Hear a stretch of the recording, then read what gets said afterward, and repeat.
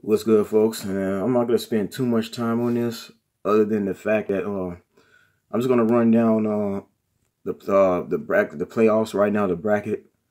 I'm gonna basically tell you who's gonna be winning in the first round. Okay, I'm gonna make my predictions now ahead of time, and because this is gonna be the first time in 13 years we're not gonna see LeBron James, and this will be like the 7th year or the 6th year in a row the Lakers are not even in the playoffs. Okay, that's on them. All right. And well, since LeBron James hasn't been is not in the playoffs, there's a lot of things that are different. The East has been wide open. This has been the strongest the East has been in years. Okay, and then even the Western Conference, we got teams we have not. We got some new teams we normally don't see very often. That's the Denver Nuggets. The Denver Nuggets have not been in the playoffs since George Karl and Andre Iguodala was there, and that was in 2013. So this has been a very good season for them. Okay, now again, this has been some interesting basketball. So first off, let me run it off real quick. We got Golden State and Clippers who will be playing today on Saturday. They'll be starting off. I know I'm a Clipper fan, and I've announced I'm a Clipper fan, but I'm gonna be very honest. We'd be lucky if we even win one game.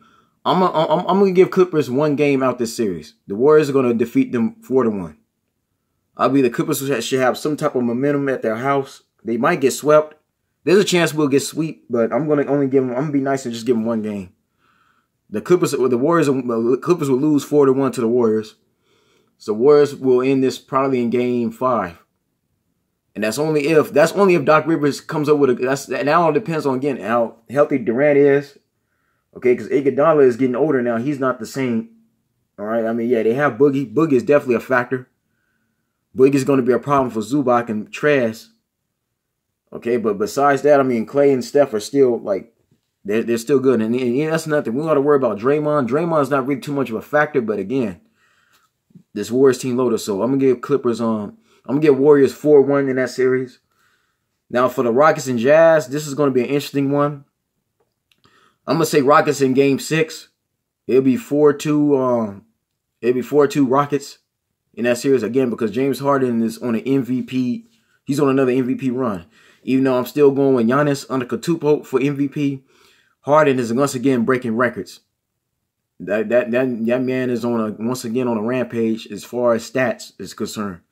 He's trying to win 2 MVPs in a row, but he still has yet to get his team to the finals.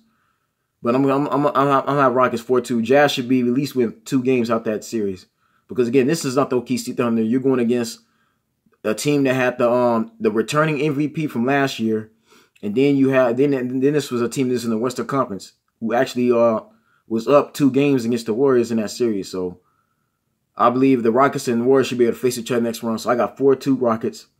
As for the Blazers and the Thunder, I think this is going to go to a game 7. Even though the Blazers don't have Nurkic, they still balanced out with the shooting guard. McCulloch's the X factor there because OKC really don't have a person that can guard unless they put Paul George at the shooting guard position, which I highly doubt because, again, Paul George is better at the small forward.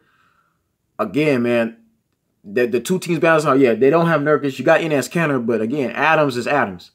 Kanter's good, but Kanter's not Nurkic. Like, Nurkic does things for that team that Kanter cannot do. Like, I mean, don't get me, I'm not taking nothing wrong from Kanter. Kanter is an ex-OKC Thunder player, but I don't know, man. He's not Nurkic.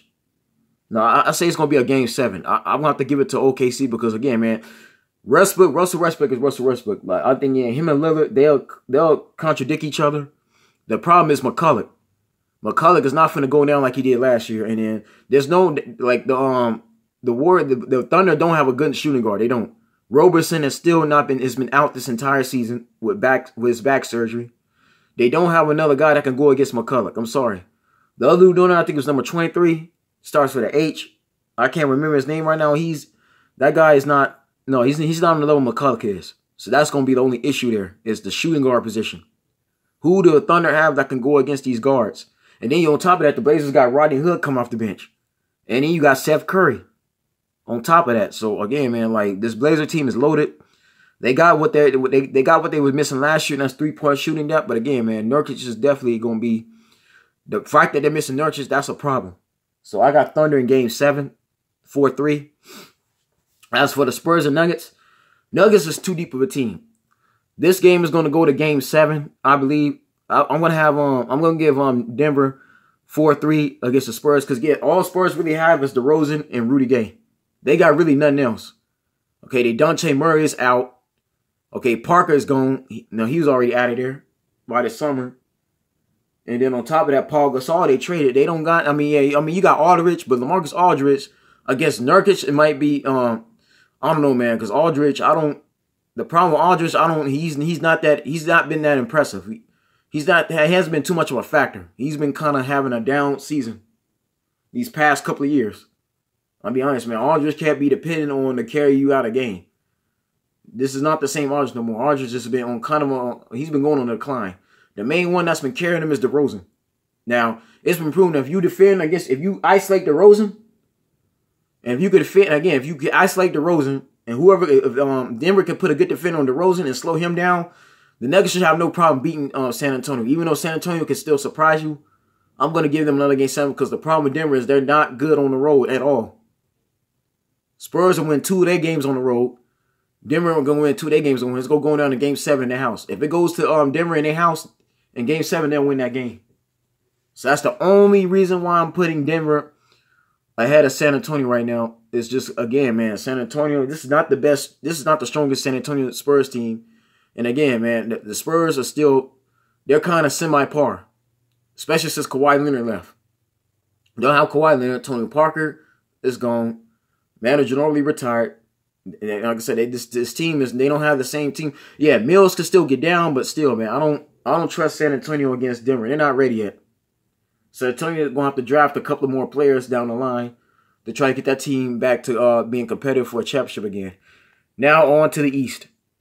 Now, as far as the Eastern Conference goes, Bucks 4-0. They should sweep Detroit because Dwayne Casey. This is a new Dwayne Casey's a new environment. Yeah, he has Blake Griffin. That's pretty much it. All they really has is Blake Griffin because Ish Smith is not really scaring nobody. Yeah, he's quick. He's quick and nimble.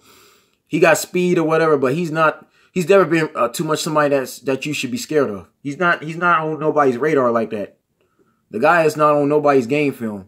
Reggie Jackson is not that guard everybody thought he was. He's not the point guard everybody thought it was. They want to make him a starter. That just hasn't panned out well. And then Drummond is Drummond. Drummond is too quiet. Drummond don't do enough for your team.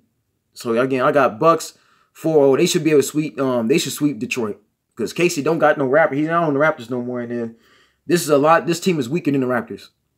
So Giannis should have an easy. That should be a sweep. Now Celtics and Pacers are gonna be a tough one. I got Boston 4-2 in that series. As good as Indiana is, you go up against a Celtic team that was in the Eastern Conference last year without Irving or Hayward. So that's the only thing, man. The Boston Celtics is deep. And again, man, they should, like, again, that's my pick for the finals. That team should get to the finals. Okay, they're my pick from last year. I'm sticking to that because now that they have Kyrie Irving and Gordon Hayward, they're a lot dangerous than they was last year. So don't let all that tension between Jason Tatum and Rozier and Kyrie Irving, them headbutting each other, don't let that fool you. Because in the playoff time, when playoffs come, Kyrie Irving comes to play. He shows up, and this has been proven already. And this gives Kyrie Irving a chance to lead a team to the finals. But again, man, Nate McMillan has done a good job with this Pacers team. The problem with the Pacers, they're missing Oladipo. I'm telling you that now. Oladipo is the only one that can go up against Kyrie Irving head up. I'm telling you that. I'm going to be very honest with y'all, man. They don't this is the playoff series. You're up against Boston, but you're missing Oladipo. They need Oladipo right now. Because as good as decent as Darren Collison is, as good as Miles Turner and Thaddeus Young, okay, Wesley Matthews, these guys are not Victor Oladipo. Victor Oladipo is an all-star. You need him, okay? Victor Oladipo is their finisher. They've been doing good because, again, this is the Eastern Conference. If Pacers on the Western Conference, they'll be like an 8 seed at best. Okay, this is the East. That's the only reason why they've been playing so well, because you're up against an Eastern Conference that's not as strong as the West. But again, man, without Victor Oladipo, this team is not beating the Boston Celtics. I'm just sorry.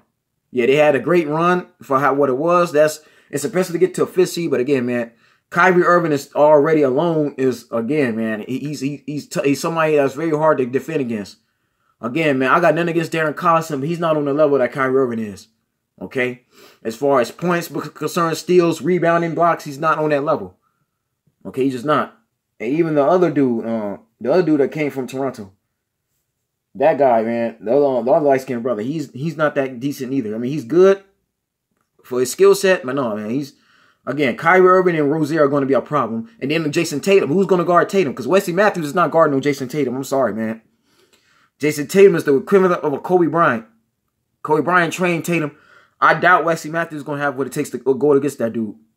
So Tatum, Irving, and Horford are definitely going to be the factor. And then another thing, you got Gordon Hayward you got to worry about too. So yeah, I got Boston 4-2 in that series. They should win in Game 6. As far as Philly and Brooklyn, that match is going to be very interesting. I'm going to count that as a Game 7 because as good as I'm gonna say Game 6. I say Philly in 6 because Nets is young. They got a lot of energy. And again, Embiid's health is a concern. Ben Simmons can't shoot threes. Again, you're up against a Brooklyn Nets team that can hit the three-point shot well. D'Angelo Russell is an all-star. Look what he's been doing along this season. Okay? I think Brooklyn's going to have some, I think Brooklyn's going to give Philly a run for their money. Yeah, even though the 76ers got Tobias Harris and you got Jimmy Butler, again, man, this Brooklyn Nets team can get down with the best of them. I've seen this already. But again, I got Philly in game. I think this would be a Game 6. It could potentially go Game 7. Don't be surprised if Brooklyn takes them to Game 7, which can actually happen. I'm not going to lie, though, man. They got some young guns over there in Brooklyn. I'm serious, man. But again, I got Philly in Game 6. As for Toronto and Magic, I'm going to give Magic only one game out that series. Raptors should be able to win that 4-1. Because Orlando is great at home. You know, Vucevic is a star. Okay, and you got Terrence Ross that's been playing well. But again, man, you up against a loaded Raptors team. It might be a sweep. You know, matter of fact, yeah, I think I'm gonna give Orlando the benefit now. They've been playing very well. I'm gonna give them 4-1 out that series. So, folks, that's just my first round predictions. I'm gonna leave it at that. I'm gonna leave it at the first round because always I don't do predictions. I don't predict the entire playoffs. That's just not going to happen. It's on certain teams I got going into the finals, but again, anything can happen. Injuries go down, coaching strategies change, players' minutes get cut, the whole lot of things happen. But that's just my first round predictions. I'm gonna leave it at there. I'm gonna do another one when the second round comes. But again, folks, that's the video, man. Y'all tell me what you think, who you predict will be going out getting out the first round. That's the video, folks. Like, subscribe, comment. Stay blessed, stay tuned. I'll see you soon.